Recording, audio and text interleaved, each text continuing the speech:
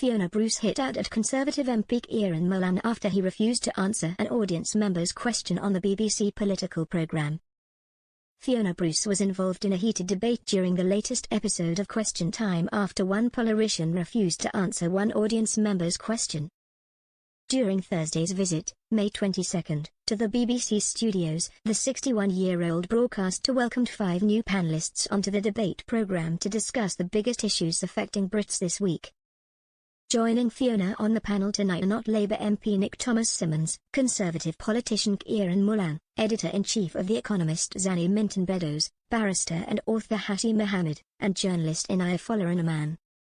Halfway through the programme, the broadcaster invited Tory MP Kieran back into the conversation as they debated whether or not it is right to let criminals leave prison early.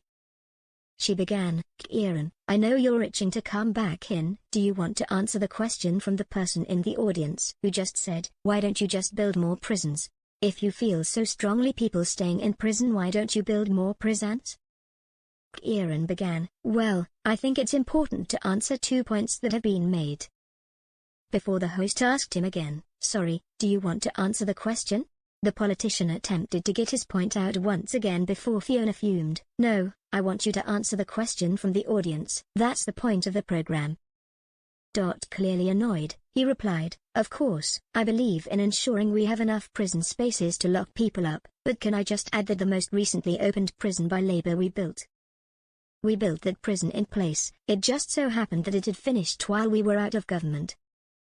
I regret that we weren't able to build more prisons at a faster rate. But if we're saying that the early release of prisoners that Labour have had to undertake is a demonstration of a system we left, let's remember that last time they were in they let out 70,000 prisoners earlier because of their mismanagement of the prison service, and we haven't had to release anything like that number of people.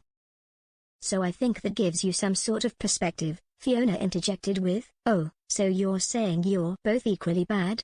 which he chose to ignore.